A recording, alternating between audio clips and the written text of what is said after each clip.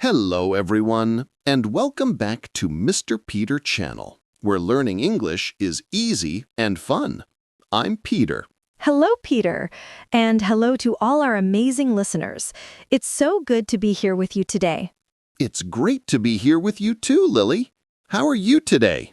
I'm doing really well. I had a busy week, but a very productive one. And you? I'm great, thank you. Busy is good sometimes, right? It means life is moving. Exactly. Being busy can be a blessing.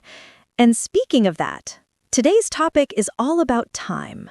Oh, yes. Everyone needs this topic. Absolutely. Today's episode is called Don't Waste Your Time. A very important topic, not only for learning English, but for life in general. That's right. But before we start, we want to ask you for a little help. Yes. If you like our podcast, please click the like button. And subscribe to Mr. Peter channel. And of course, feel free to share this episode with your friends and family. Thank you so much. Okay, Peter, let's begin. What does "don't waste your time" actually mean? Well, to waste time means to use your time on things that are not important, not useful, or not meaningful. Like watching TV for 6 hours without learning anything? Yes, exactly. Or scrolling on your phone for a long time doing nothing useful. Ugh, the phone. It's a big time eater. You think you look for 1 minute, and suddenly 1 hour is gone. It happens to all of us. But today, we want to help our listeners use their time wisely, especially for learning English. So let's talk about some tips. What is the first tip, Peter? Tip number 1. Have a small plan. A plan? Tell us more. You don't need a big, complicated plan. Just a small, clear goal for the day. Like saying, today, I will learn 3 new English words. Exactly. 3 words, not 30. And definitely not 100. Yes. If you try to learn 100 words in one day, you will feel tired, guilty, and disappointed. Then you want to quit. A small plan keeps you motivated. Yes. And when you finish your small goal, you feel proud. That's so important for beginners. Tip number 2. Use small moments of time. Small moments? Like what? The little minutes we have during the day, waiting for the bus, standing in line, waiting for food, or sitting in a taxi. Oh, yes. Everyone has those little pockets of time. And you can use them to learn English. What can someone do in just 5 minutes? Many things. You can review the 3 new words from your plan. Or open an app and do a quick mini lesson. Yes, many English apps have short 5-minute lessons. That's perfect for busy people. And believe it or not, those small moments add up. Add up? What do you mean? It means many small things become something big. 5 minutes today, plus 5 tomorrow, plus 5 the next day equals progress. Wow, that's powerful. And now for tip number 3, make learning fun. Yes, yes, yes. If learning is boring, you won't want to do it. Exactly. If it feels like hard work, you will avoid it. So how do we make learning fun? Find what you enjoy. If you like movies, watch movies in English. If you like music, listen to English songs. Yes, and read the lyrics. Sing along. Singing helps pronunciation. That's a creative way to practice. You can also play video games in English. Or read comics.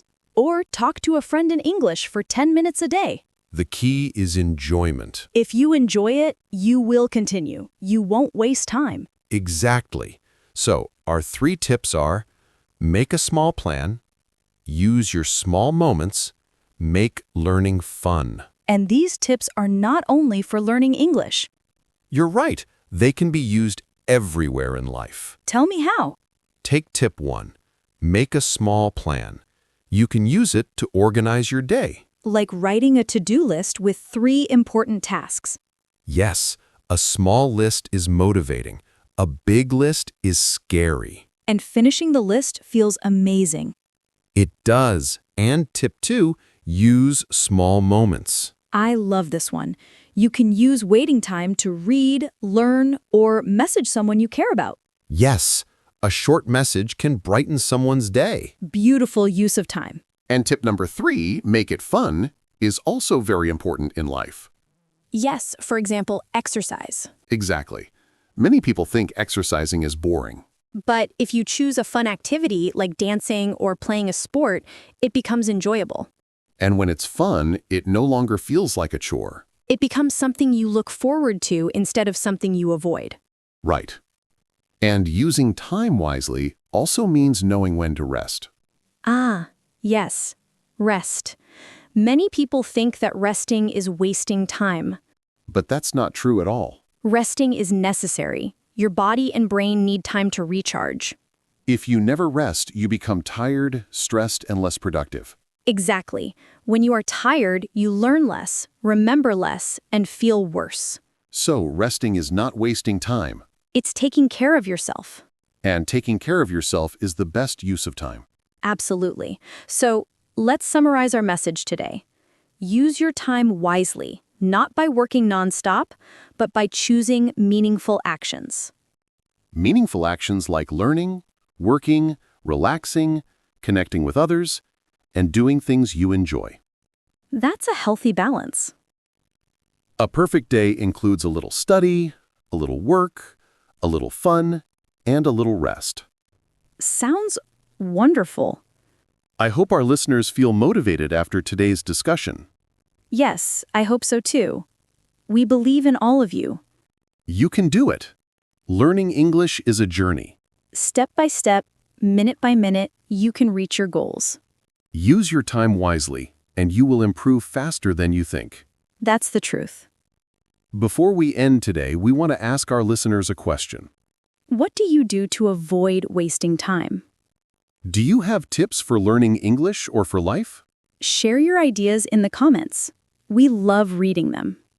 And if you enjoyed today's episode, please subscribe to Mr. Peter channel. And share this video or podcast with someone who might benefit from it. It helps our channel grow, and it helps us help more people. Thank you so much for listening today.